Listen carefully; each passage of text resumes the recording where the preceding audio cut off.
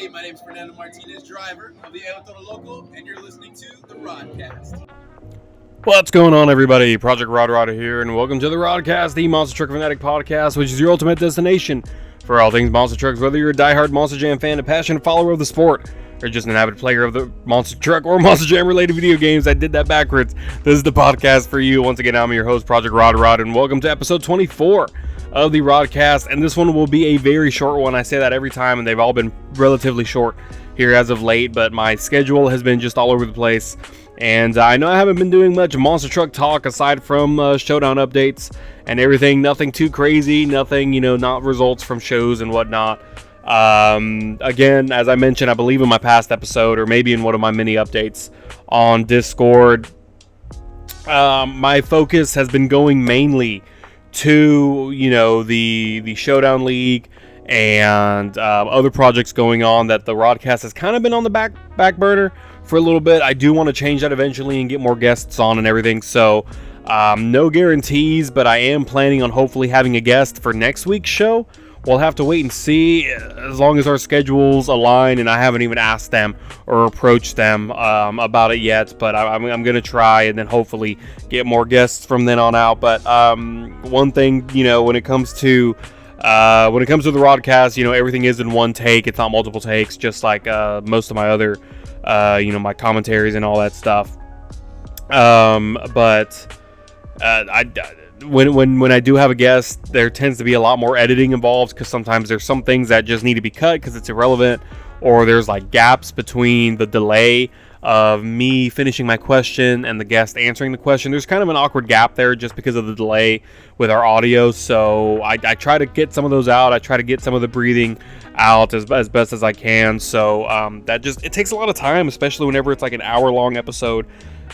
So just because I tend to record it the weekend of, usually the day before it gets released, with the Showdown League and everything else going on in personal life, it gets a little complicated, or not complicated, it gets a little tough to make sure it gets out on time. So I don't know, maybe I can change the podcast date to another day to kind of help accommodate that, but we'll get there. But we're going to follow the regular routine here, go over the Showdown updates, Showdown League updates, go through channel updates, and then share some other news. You've already seen the thumbnail, you've already seen the title, so I'm sure you already know what to expect. But let's go ahead and continue with the Showdown updates. And we were at Stop 4 of Tour Blue. We've made it so far this season. And it's been a very long run. Again, it's been at least a couple months at this point, maybe more. And we finally made it to Stop 4 of Tour Blue again. We were in Colorado once again, a short track in terms of racing. All the racing here in Colorado is a lot shorter. The tracks are huge, which makes it a little tough for freestyle, and a little expanded for best trick, so you can get that range in best trick, but it ends up it can be a little tough. You can kind of overdo certain moves and it just kind of drags on or whatnot. But I digress. Let's continue on with qualifying. Again, very simple track, and kind of a giant, what was it? I'm trying to think back. There was like 3 or 4 turns in the total track. Honestly, the toughest part was the last turn, where it was kind of just 90 degree, and then a jump, so you had to make sure you got within those smoke gates at the last second. So El Toro Loco led us off and held that lead for a while with a 20.522 Monster Mutt. Gravedigger the Legend, Son of a Digger followed. Unfortunately, could not take the lead. It wasn't until Lucas Stabilizer and Cecily 96 came out with a 20.071. Monster Mutt, Dalmatian, and Brutus followed right after, and unfortunately, they could not take the lead away from her. It was none other than Black Pearl who took the lead with a 19.388 in the 19-second range. Megalodon was the last truck out, was also in the 19-second range, but unfortunately not fast enough to beat Steel Titan's time of 19.388. So Black Pearl and Steel Titan was your fastest qualifier yet again for, I believe, the 3rd time this season. And I'm going back to previous, Stop 3 was Black Pearl, Stop 2 was Megalodon, yeah, and then Stop 1 was Black Pearl. So yes, for the 3rd time this season, Black Pearl and Steel Titan was your fastest qualifier. So getting the bye run into the semifinal round.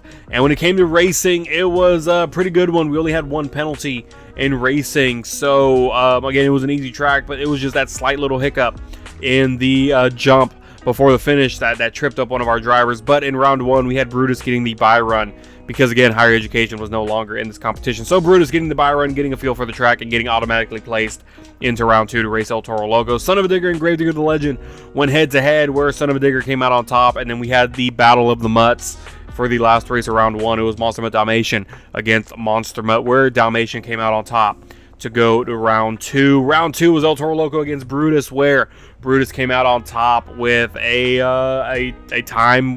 second difference, if you will, over El Toro Loco. Megalodon against Son of a Digger, where Megalodon had a second faster time than Son of a Digger, so he moved on to the semifinal round. And then it was Lucas Stabilizer against Monster Mutt Dalmatian. No, these ladies are no strangers to competition against each other this season, as they went head to head once again. And let me fact check this, because I know they've raced constantly. In stop 1, we had Lucas Stabilizer against Monster Mutt Dalmatian, where Lucas Stabilizer came out on top. In stop 2, they did not race against each other, as Lucas Stabilizer and Monster Mutt Dalmatian did not make it out of... Oh no, Lucas Stabilizer didn't make it out of round 1, but Monster Mutt Dalmatian did.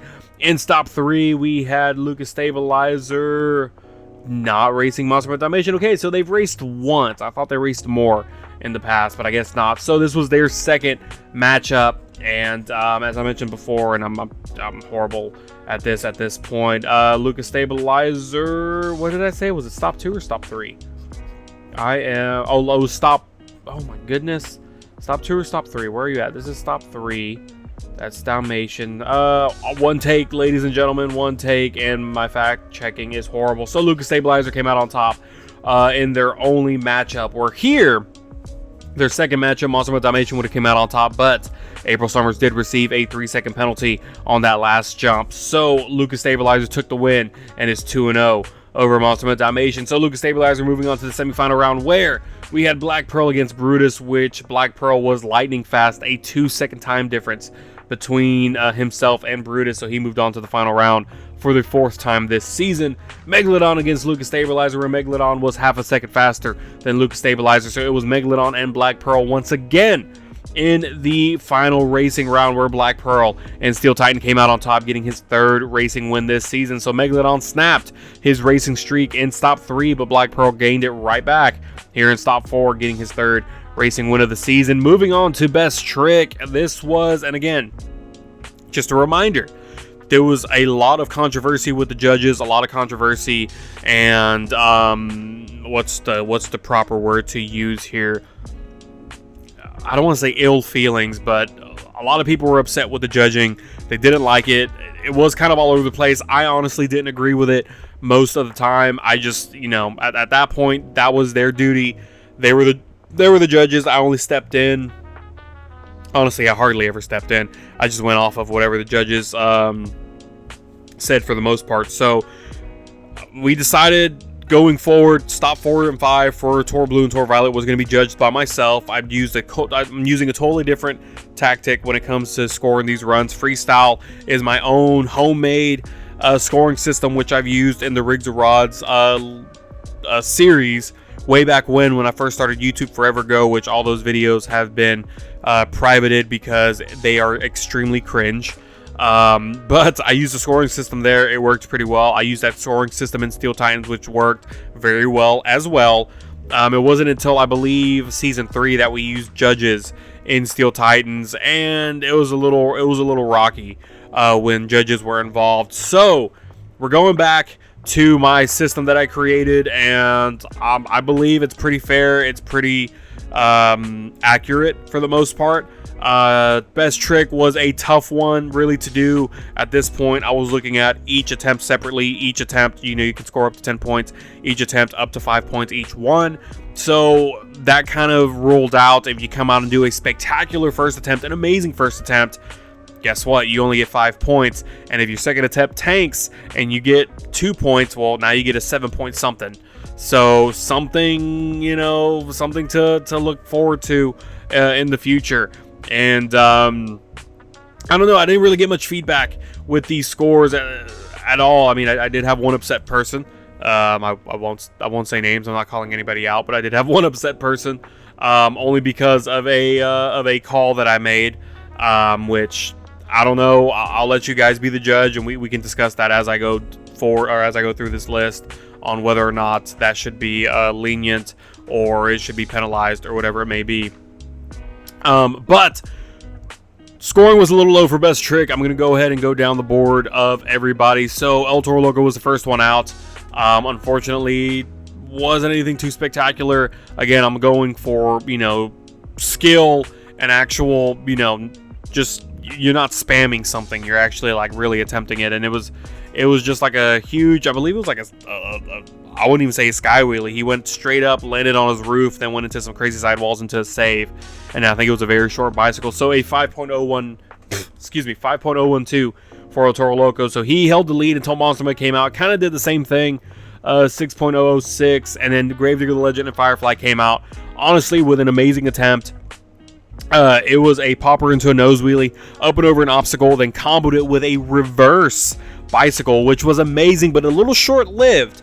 Unfortunately, had it been a little longer, he most likely would have been the winner, but it was a little short-lived, and that was kind of the difference maker here as we moved on. But he held the lead. As Son of a Digger came out, could not take the lead. Lucas Stabilizer came out, could not take the lead. Monster Mutt Dalmatian, I'll go ahead and say it here. That was a low score, but because, to me, and you can look back at the attempt, there was 2 instances where all 4 tires touched the ground, and I get there's a transfer aspect when it comes to these moves, and it does happen in the real shows, but I felt like, again, it touched twice, and it touched for just a little too long during the transfer. So because of that, I did kind of deduct points and took away from the second half of the first attempt, if you will. So let me know what you guys think. I'm sure, I guess, if you watched it, let me know if you thought that was a fair call or not. And if it wasn't a fair call, by all means, call me out and let me know. Let me know what you really think. I mean, I'm not going to hold anything against anybody. Obviously, this is my first time really judging something like this. And that was just a call that I made that I thought was fair. Again, the all 4 tires touched the ground twice in the middle of the transfer, and they kind of touched a little too long, if that makes sense. So look back at it, let me know what you think, and we can definitely conversate. If I was in the wrong, let me know, and I can definitely look forward, or not look forward, but look into changing that in the future and kind of updating that to, I guess, prevent that from happening or penalizing. But you will see something like that in stop 5 of Tor Blue, a transfer moment that wasn't quite as big of a penalty, but kind of did play into the scoring. So just keep an eye out, and I'm sure you'll know what I'm talking about when we get to that part. Moving on, let's see. After Monster Mutt Dalmatian was Brutus. Unfortunately, had a first failed attempt, so got the second one just right. It was great, but again, the first one kind of killed it for him, unfortunately. So a 4.959. But then Black Pearl came out, Steel Titan, which took the lead away from Gravedigger the Legend Firefly, 8.965. And let me go back to Gravedigger the Legend Firefly again. An amazing attempt. The popper into a moonwalk. Popper into a nose wheelie, into a moonwalk, and then reverse bicycle again. Phenomenal. The reverse bicycle was a little short-lived. Had it been a little longer, definitely, I believe, would have taken the win. And then he followed up with a fantastic front flip. And then Black Pearl came out with a moonwalk, comboed it. I mean, it's kind of hard to say exactly how he comboed it. You just have to see it. But it was a bicycle into like a nose wheelie, and I wouldn't want to say a moonwalk. It was kind of a moonwalk nose wheelie. And then he used the rear steer and the front steering to kind of twist the body and kind of drive in a circle while bouncing on the front 2 tires. So honestly, I thought that was great. Great showcase of skill, stability, and yeah, I mean, I thought it was fantastic. And then he followed up with a very clean front flip that kind of comboed it into a little slap wheelie. So did Gravedigger the Legend, but just because Black Pearl's first attempt was a little bit longer, a little bit more, I don't want to say skillful, but a little bit more skillful, he ended up taking the lead away from Gravedigger the Legend and Firefly. So Gravedigger the Legend, Firefly, amazing attempt. Would have loved to have seen that bicycle, the reverse bicycle, a little bit longer. Megalodon, and this one kind of raised suspicion, but so I guess it was obvious. I guess I did a bad job at cutting. He did come out and do a double front flip for the first attempt, but because it was a double front flip, I did cut it. I tried to cut it down to only show 1 front flip, and the reason for that is, yes, this is a semi-realistic league. But I've mainly only been allowing moves that have actually been happening. And you can call that a rule change, a last-minute rule change if you want. It really isn't, because I've had drivers go and do a triple, quadruple backflip, and I've cut it out into 2. Just because, yes, a double backflip hasn't been landed, but it is very, very possible, and has come close multiple times. So I do allow a double backflip, but a double front flip, I will not, have not, and will not, just because it's only been done, a single front flip has only been done once. So that's why I did cut it out. And going on to Megalodon's second attempt, it was a nose wheelie. It was a very long nose wheelie all the way across the track, very skillful, but it kind of, compared to the other runs, it was just a nose wheelie all the way across the track. There wasn't really any combos, anything really special to, I guess, stick out from the others. So that's why he got a lower score, 8.481, which is still a pretty good score, but Black Pearl and Steel Titan was eventually the winner with an 8.965. So a lot of the scores here were low against with Beth's trick. My first time really judging a competition, or this kind of competition, because I don't really have a set rule. I'm just kind of, you know, I'm scoring each run individually and kind of going off of, like, how much did you really try, how much skill did you put in.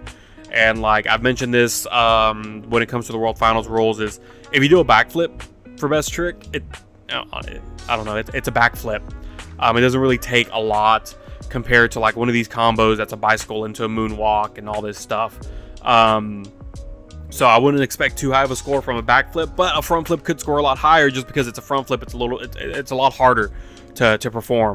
So just, you know, tips for the future. But moving on to freestyle again, this is the first competition being scored, at least for this tour this season, being scored using my scoring system. And let me put it this way: if you see like a 7.7 or 7 point whatever, whatever that score is, multiply it by 4.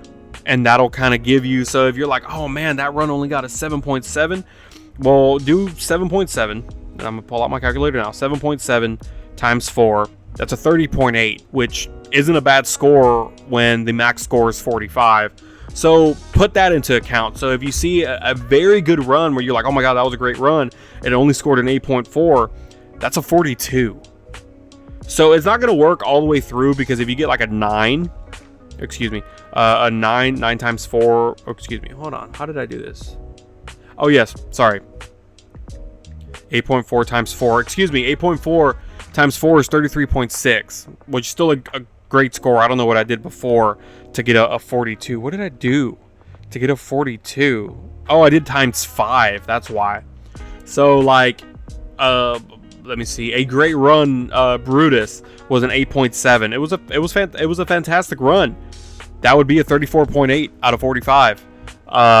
So just keep in mind that if you see a score in the 7s or 8s and you're like, wow, that's kind of low, well, multiply it by 4 and do it out of 45, and that kind of gives you a better idea of where that score is. So freestyling, it's a whole system. It's very technical. It's very move-based, technical-based, momentum-based scoring system, and I feel like it's pretty fair. And if y'all don't agree, let me know, and I don't know, we'll revisit it. So anyways, moving forward, El Toro Loco was the first truck out. 7.731 was the score. Held the lead very shortly as Monster Mutt and Little Drift 912 came out and got an 8.171. Then Gravedigger the Legend and Firefly came out and got a 9.027. Now remember, 9.027 times 4, that's a 36.1, so a 36. So just keep in mind, 36 out of 40. After Gravedigger Legend was Son of a Digger with an 8.039. Lucas Stabilizer came out with an 8.238. Monster Mutt Dalmatia came out with an 8.478. Brutus came out with a fantastic run, 8.718. Black Pearl and Steel Titan came out with also a great run, 8.493. And Megalodon last with an 8.483, meaning Gravedigger the Legend and Firefly earning his first freestyle win of the season. And honestly, it was a great run, a lot of momentum, a lot of great moves, combos, saves, and at the end, using my scoring system, it was the best run out of the other competitors. So nothing against the other competitors, I'm just going off of my scoring system here. So let me know what you guys think of that. That's going to be how it is going forward for stop 4 of Tour Violet and stop 5 of both tours, as well as World Finals. So that was it. At the end of the day, your overall event champion was Black Pearl with 38 points, and we started stop 4 with a 15-point difference between Megalodon and Black Pearl, where Megalodon has been dominant at taking the lead and keeping that gap between himself and Black Pearl. But that gap has gotten smaller at the end of stop 4. So it went from 15 to 5. As we end stop 4 and go into stop 5 next week for Tor Blue, Megalodon currently holds the lead with 148. Black Pearl right after with 143. Lucas Stabilizer 109. Brutus 100. Gravedigger the Legend 89. Monster Mutt Dalmatian 80. Son of a Digger 75. Monster Mutt 67. And El Toro Loco 49 points. Now remember, the top 6 of Tor Blue will automatically advance into World Finals, and the bottom 3 will get an invitation to the LCQ to fight for that 14th and final spot in World Finals. Now, this episode of the Rodcast is going to be released on Tuesday, March 25th, instead of Monday, because again, scheduling has been horrible. So today, this is being recorded at midnight. It's super late. I'm ready to go to bed. This is being recorded at midnight. So today, in terms of when the Rodcast, this episode is being released, today at 4 o'clock will be stop 4 qualifying for Tor Violet, and at 4:15 immediately after will be racing for stop 4 Tor Violet. So qualifying and racing will be back to back, and they'll both be premieres today, and then we'll follow the regular schedule the rest of this week. But at the end of I was about to spoil everything for stop 4. I pulled up the wrong thing here, wrong leaderboards here, and I was about to spoil everything for stop 4. So y'all almost caught me slipping. It's almost midnight, or it is midnight, and I am very tired. So that would have been a crappy mistake. But going into stop 4 of Tor Violet, we had Max D on top with 139, Northern Nightmare in second with 126, then Dragon 114, Alien Invasion 99, Avenger 92, Blue Thunder 80, Gravedigger 66, Velociraptor 63, Pirate's Curse 59, and Crustacean 53. So a 13-point difference between Max D and Northern Nightmare. We saw that gap between Megalodon and Black Pearl get smaller in stop 4 of Tor Blue. So will that happen in stop 4 of Tor Violet between these two drivers? We're going to have to wait and see, as it's going to be a fight to the finish. And again, the top 7 of Tor Violet will get an automatic invitation to World Finals, and then the bottom 3 will have to fight in the LCQ for that 14th final spot with the bottom 3 of Tor Blue. So be mindful of that. It's not only a fight for the top spot, but it's a fight for those drivers in the bottom of the leaderboards to get that invite to World Finals. So again, qualifying today at 4 p.m. Central. Racing will follow immediately after at 4:15 Central Time. Both will be premieres, so be sure to keep an eye out for that, and then hopefully the rest of this week will follow the regular schedule. That's it for the Showdown Champions League. Just a quick W plug, because I keep forgetting. Be sure to use code Project Rod to receive 10% off of your W Energy order. Be better with W Energy. Again, Beach and Peach and Galaxy Grenade are my personal favorites for the energy drinks, but they also have hydro drinks. So if you're sensitive to caffeine, which I can be at times, there's also the hydro drink, which kind of works as like a Gatorade, Powerade type thing, just electrolytes and all that. And those flavors are great as well. If you're unsure on trying any of these, there's also the sampler that you can use, and you can use my promo code. It'll work on both. So you can get a sampler cup with the sampler packs for the energy drink, or you can get a sampler cup with samplers for the hydro drink. And you can get 10% off of both using my promo code Project Rod at w.gg. Be better with W Energy. And that is it for the Showdown conversation. Brief updates for the channel as I try to wrap this episode up. Steel Titans League is still a go, just waiting on some more submissions to come in. Again, the deadline for that is April 1st. If you do not make the deadline, you will be taken off of the lineup, and someone will take your spot, just because I do not want any more delays. I want to make sure this, as well as any future competitions or leagues, go smoothly. And it's not fair to have everyone wait for one person, as we've had that happen with Showdown. So I want to avoid that in the future. Diecast League is still underway. Again, just facing delays. Luckily, going into my personal life a bit, everything's been I've been given more responsibilities, and with that becomes more time out of my schedule. But fortunately, there may be a fix to that, as there may be a change in my schedule to where I will have I guess every other Friday off, which is a huge benefit to me because that gives me one single day every week that I can absolutely dedicate to the Diecast League or live streaming or whatever it may be, which will most likely be the Diecast League. That's when I can get a lot of recording done and kind of get it all done in bulk. So it's coming soon. I'm just trying to get some other stuff worked out. And if that doesn't work, then, you know, I'll find another way to get those recordings done. But just an update on those, so be on the lookout for those. Again, the lineups are chosen for the Diecast League. The trucks are chosen, so it's just a matter of getting it all ready to go for signups and whatnot. So that's pretty much it in terms of channel updates, except for one big news.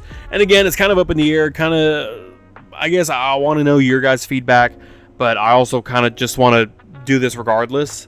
But I am thinking about returning to my roots of when I first started YouTube. Before I even wanted to do Monster Jam, I wanted to be a gaming YouTuber and have a gaming channel. And I'm thinking about returning to that and maybe giving that a shot.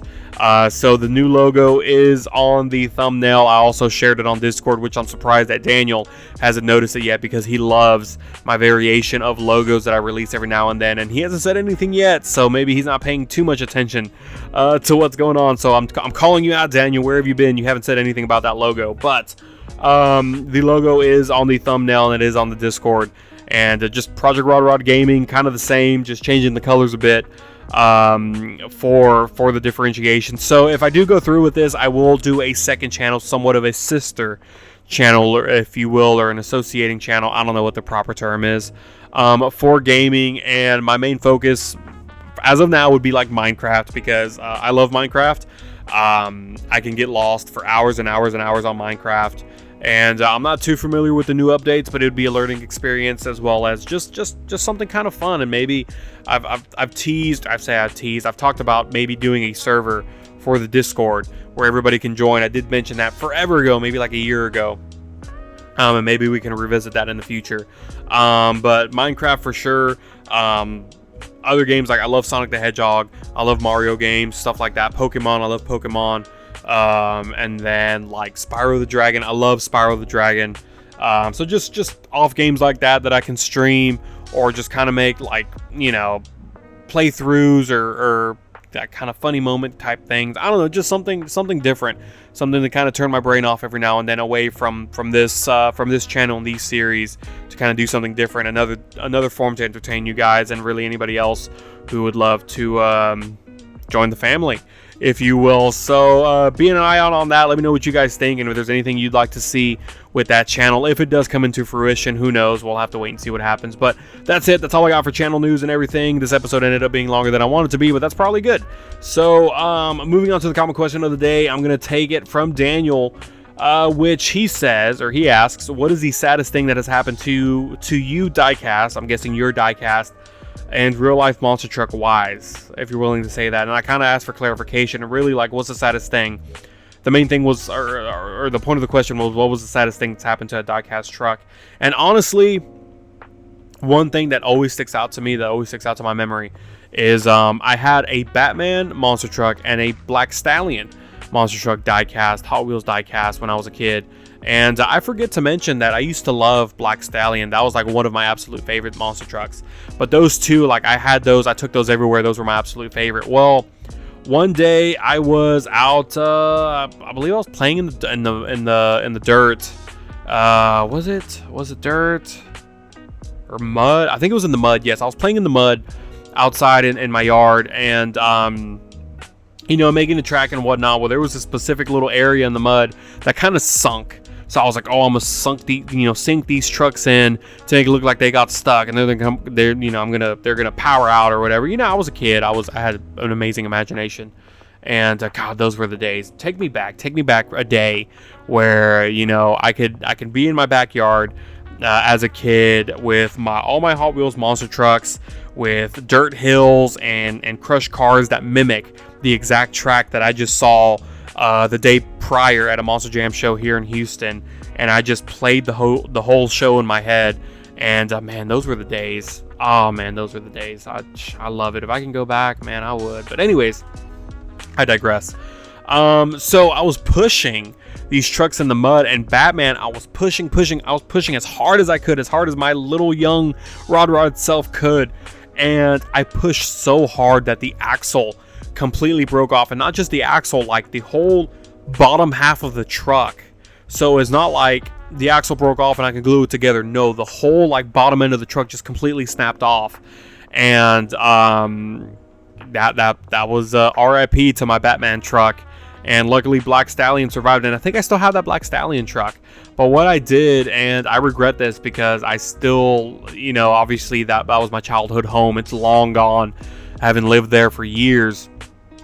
But for a while, so I had this lunchbox, and I put the Batman in that lunchbox, buried a hole in my backyard, buried the lunchbox, and then covered it up. I don't know why. It was like a burial for my truck. And I ended up not ever able to find it. Either I completely forgot where it was, or somebody saw me do it and stole it. But there is a random broken Batman monster truck in somebody's backyard right now. So yeah, keep an eye out for that. If you are in the Texas area, Houston area, outer Houston area, Katy, Texas, if you will. And yeah, keep an eye out for that. You might have a piece of history for me right there. So honestly, that's the saddest thing that's happened to me in terms of a diecast. I haven't had anything really else happen to any of my diecasts after that. I really took care of them after that. So let me know what your saddest thing is that's happened to one of your diecasts or one of your favorite truck toys, be it Monster Jam or not. Let me know down below, and let me know what your common question of the day is for the Rodcast. I'd love to have more questions.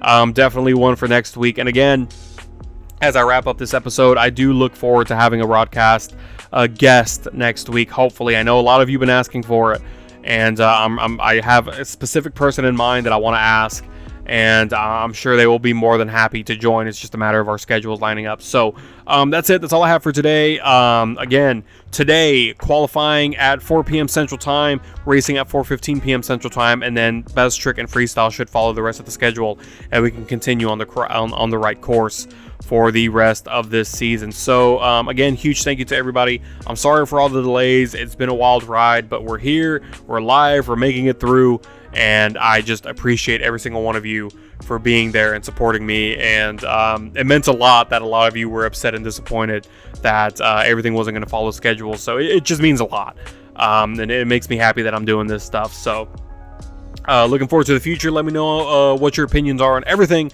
in today's episode, and we'll see you in the next one. So I'm Project Rod, and I'm going to repeat myself again. We'll see you in the next one.